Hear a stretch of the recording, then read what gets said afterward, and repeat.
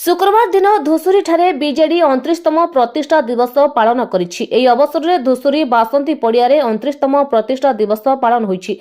बासंती पड़िया लोकारण्य देखिबाकु मिलिथिला। हजार हजार महिला एवं पुरुष कर्मी उपस्थित थिले। धामनगर निर्वाचन मंडलीर नेता वरिष्ठ अस्थिशल्य विशेषज्ञ डॉक्टर संजय कुमार दास सामिल होई दलीय कर्मी और नेता उद्बोधन देथिले। प्रतिष्ठा दिवस में डॉक्टर संजय कुमार दास विरोधी को कड़ा समालोचना करी कहिसेंती बीजेडी अछि ओ 100 वर्ष रहिबो। किछि दल बीजेडी विरोध में अपप्रचार करुछंती। बीजेडी भांगी जिवो बोली कहउछंती, किंतु बीजेडी अछि ओ रहिबो। बीजेडी 100 वर्ष ओडिसावासींको स्वर होई रहिबो। ओडिसार विकास रे बिजु जनता दल सर्वदा अटल।